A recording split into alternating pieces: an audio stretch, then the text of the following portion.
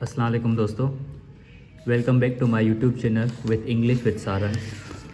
Series हमारी वही continue है। पहले भी हम वीडियोस बहुत बना चुके हैं, जो कि है SST BPS 16 के लिए, जो तमाम जल्द SPSC के थ्रू टेस्ट होने वाली हैं। तो 9th की किताब हमने मुकम्मल कर ली थी, जैसा कि मैं हर वीडियो में बताता हूँ। अगर आप में से किसी ने वो नहीं देखे तो पहले काइंडली वो देख ले। अभी हम मैट्रिक की क्लास कंटिन्यू कर रहे थे। मैट्रिक की क्लास से भी हमने बहुत सारे वीडियोस पहले बना चुके हैं। उसमें से वो फॉर्म्स ऑफ वर्ब्स आ जाते हैं, वोकेबलरी आ जाती है, ये सारे आ जाते हैं, तो पहले काइंडली वो देख लें। तो आज का हमारा वीडियो वही कंटिन्यू है। हमारी लास्ट वीडियो भी वोकेबलरी पर थी, वोकेबलरी जिसमें हमने सिनोनिम्स मालूम किए थे। ये सिनोनिम्स वाला जो आप पोर्शन होता है ये तो बहुत अहम होता है, क्योंकि वोकेबलरी के सवाल तकरीबन हर टेस्ट में आ जाते हैं। और SPSC को तो 10 सवाल वोकेबलरी से ही होते हैं, जिसमें से 5 सिनोनिम्स होते हैं और 5 एंटोनिम्स होते हैं। तो ये तमाम अहम सवाल है, क्योंकि ये टोकन आंसर्स होते हैं हमारे। इनमें से हमारे मार्क्स पक्की होती है जो सही होगा।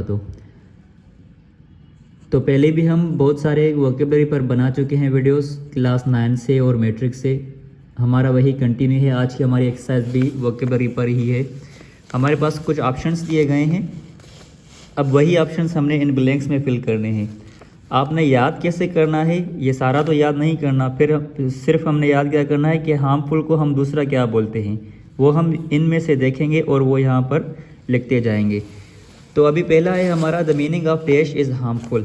अब meaning of dash is harmful, harmful को हम दूसरा क्या बोलते हैं, मतलब हार्मफुल तो नुकसानकार हो गया, नुकसानकार के लिए दूसरा वर्ड कौन सा इस्तेमाल होगा, सिर्फ हमने वही याद करना है। The meaning of dash dash ये याद नहीं करनी।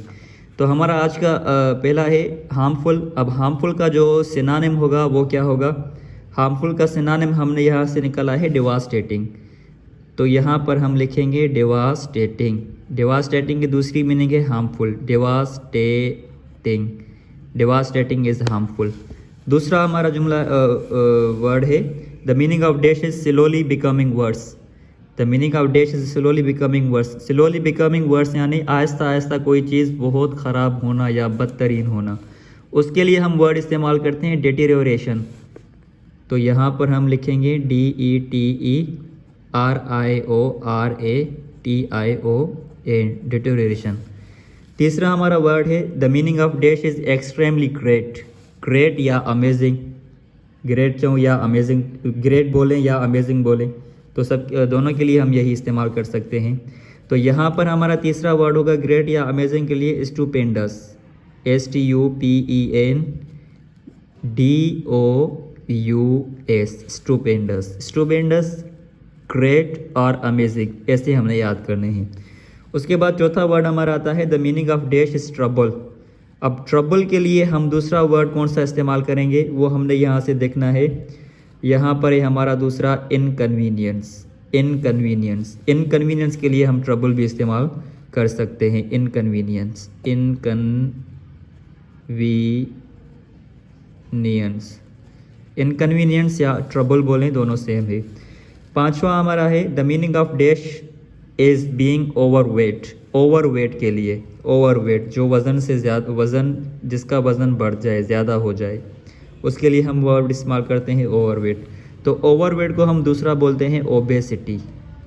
ओबेसिटी या ओवरवेटेड, ये दोनों सेम है। छठा है हमारा the meaning of dash is happen और टेक प्लेस। हैपन और टेक प्लेस, उसके लिए हम वर्ड इस्तेमाल करेंगे। इसमें से हमारा हो गया छठे नंबर पर जो कि है मटीरियलाइज। मटीरियलाइज, मटीरियलाइज, हैपन और take place.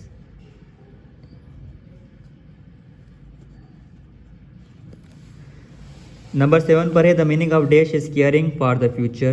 Caring for the future 7 पर, केयरिंग फॉर द फ्यूचर, उसके लिए हम इस्तेमाल करते हैं, यहाँ पर वर्ड हमारा होगा प्रूडेंट। प्रूडेंट वो आदमी होता है, वो शख्स होता है जिसको अपने मुस्तकबिल की परेशानी हो, जो अपना मुस्तकबिल संवारने में अपनी जफाकश या कोशिश करता हो, ख्याल करता हो, उसके लिए हम प्रूडेंट इस्तेमाल करते हैं। Prudent, prudent is a person who cares for his future, तो उसके लिए हम इस्तेमाल करेंगे प्रूडेंट। प्रूडेंट। उसके बाद 8वें नंबर पे है the meaning of dash is late submitted. Late submitted, कोई भी चीज़ हम देर जमा करवाएं, उसके लिए हम कौन सा वर्ड इस्तेमाल करेंगे? उसके लिए हम बोलते हैं tardy, TARDY, TARDY। The meaning of tardy is late submitted. Tardy, tardy documents, tardy documents माने जो वो दस्तावेज़ जो देर जमा किए गए हो, तारीख से बाद जमा किए गए हो, उसके लिए हम इस्तेमाल करते हैं टार्डी, TARDY, टार्डी। नंबर 9 पर है the meaning of dash is changed completely, changed completely. अब इसके लिए हम कौन सा वर्ड इस्तेमाल करेंगे? रिवोल्यूशनाइज्ड, रिवोल्यूशनाइज्ड, रिवोल्यूशन, रिवोल्यूशन यानी इनकलाब, इनकलाब माने चेंज, रेवोल्यूशनाइज यानी इनकलाब लाना, चेंज तब्दीली लाना। रेवोल्यूशनाइज हमारा वर्ब भी है, सॉरी एडजेक्टिव भी है, तो उसके लिए हम इस्तेमाल करेंगे चेंज कम्प्लीटली। वो चीज़ जो मुकम्मल तब्दील हो चुकी हो, जिसमें इनकलाब आ चुका हो, उसके लिए हम इस्तेमाल करेंगे रिवोल्यूशनाइज्ड, रिवोल्यूशनाइज्ड, रिवोल्यूशनाइज्ड, उसके लिए इस्तेमाल होगा रिवोल्यूशनाइज्ड। नंबर 10वें नंबर पर हमारा है the meaning of dash is not in the right amount, dash is not in the right amount. तो 10वें नंबर पर हमने यहाँ से चूज़ किया था जो कि है consequences, consequences, consequences not in right amount. Consequences के लिए हम इस्तेमाल कर सकते हैं not in right amount. Number 11 पर है the meaning of dash is showing off one self, showing off one self यानी अपनी नुमाइश करना, सिर्फ अपने आप की तारीफ़ करना या अच्छाई बयान करना, उसके लिए हम इस्तेमाल करते हैं कि show off, show off is the verb, show off इस्तेमाल करते हैं। वो शो ऑफ करता है, बोलते हैं वो शो ऑफ करता है, यानी सेल्फ पोर्ट्रेयल, सेल्फ पोर्ट्रेयल जो सिर्फ अपने आप में ही गुम हो, सिर्फ अपनी बातें करे, उसके लिए हम इस्तेमाल करते हैं word self portrayal, self portrayal जो अपने आप में खुश हो, सिर्फ दूसरों की परवाह ना हो। नंबर 12 पर है the meaning of dash is habit farming, इसको हम बोलते हैं एडिक्टिव, एडिक्टिव, एडिक्शन होती है ना, एडिक्शन, एडिक्शन माने आदत, किसी चीज़ की लत लग जाए, उसके लिए हम इस्तेमाल करते हैं एडिक्शन। और एडिक्टिव हम इस्तेमाल करते हैं उस आदमी के लिए जो वो आदतें अपने आप में अपनाए, अपने आप में आदतें बनाए, उसको बोलते हैं addictive. Addictive is a habit forming, आदतें बनाना। उसके बाद हमारा वर्ड आ जाता है the meaning of dash is easy to reach, the meaning of dash is easy to reach. तो यहाँ पर 13 नंबर पर हमारे पास आ जाता है एक्सेसिबिलिटी, एक्सेसिबिलिटी, एक्सेसिबिलिटी।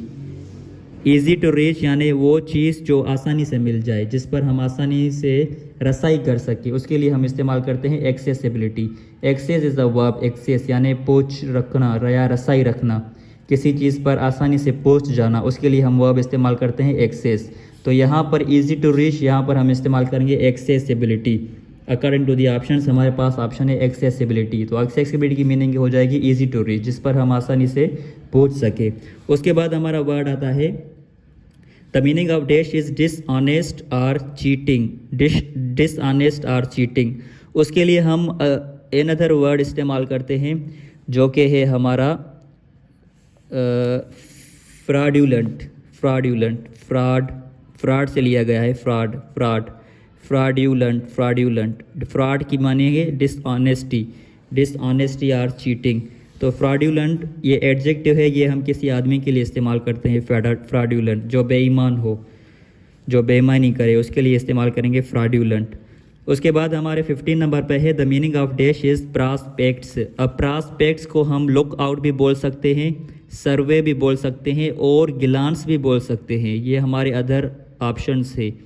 तो इस प्रॉस्पेक्ट्स के लिए हम वो अदर वर्ड इस्तेमाल करते हैं अकॉर्डिंग टू दी एक्सरसाइज जो हमें एक्सरसाइज में दिया गया है, उसके लिए हम वर्ड इस्तेमाल करेंगे विस्टास, विस्टास और प्रॉस्पेक्टर्स, दे बोथ आर सेम। उसके बाद हमारे पास आ जाता है the meaning of dash is negative results, जिसके नेगेटिव रिजल्ट्स आए, नतीजे निकले, बुरे नतीजे निकले, उसके लिए हम कौन सा वर्ड इस्तेमाल करेंगे? उसके लिए हम वर्ड इस्तेमाल करते हैं नंबर 16 पर हमारा आ जाता है इधर नंबर 16 पर हमारा है disproportionately, disproportionately,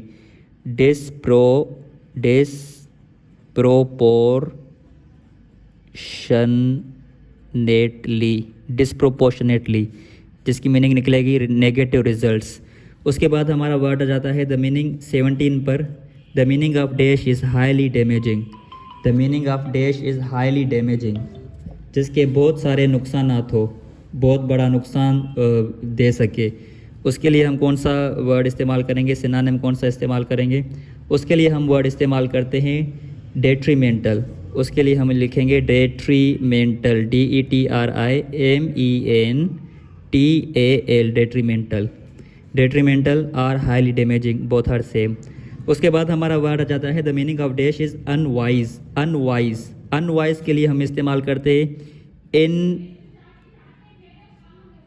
injudicious, injudicious or unwise, they both are same. injudicious हम उसको बोलते हैं जो अच्छे फैसले ना ले सके, उसके लिए हम अनवाइज भी इस्तेमाल कर सकते हैं, जिसमें फैसले करने की सलाहियत ना हो या कुव्वत ना हो, इंडिसिसिव हो, अपनी नेचर में इंडिसिसिव हो, उसके लिए हम इंजुडिशियस इस्तेमाल करते हैं। नंबर 19 पर है हमारा the meaning of dash is imagining of impossible things. इसको हम इमेजिनेशन भी बोल सकते हैं। इमेजिन यानी तस्वुर करना जो हकीकत में ना हो, उसके बारे में सोचना। तो उसके लिए हम वर्ब इस्तेमाल करते हैं इमेजिन। तो वह नाउन हमारा हो जाता है इमेजिनेशन। इमेजिनेशन के लिए दूसरा वर्ड हम इस्तेमाल करते हैं यहाँ पर फैंटेसी। फैंटेसी इस्तेमाल करेंगे। Fantasy is something which is imagining of impossible things. Impossible things यानी जो मुमकिन ना हो सके, यानी वो जो रियल ना हो, जो हम तस्वुर करें सिर्फ, उसके लिए हम फैंटेसी इस्तेमाल करते हैं। आखिरी हमारा वर्ड है the meaning of dash is made less severe. Made less severe जो बहुत ही कम हो, उसके लिए हम वर्ड इस्तेमाल करेंगे मिटिगेटेड। मिटिगेट यानी कम करना। Mitigate to make less. Mitigate is a verb which means to make less. अब यहाँ पर मिटिगेटेड है यानी नाउन है, तो लिखेंगे मेड लेस सिवियर। तो आज की ये हमारी वीडियो कंप्लीट हुई, जो कि एक्सरसाइज थी वोकेबलरी पर, सिनोनिम्स पर। I think you would find it very informative. If you do so please share with your friends and don't forget to subscribe my YouTube channel for other informative videos. Thank you very much.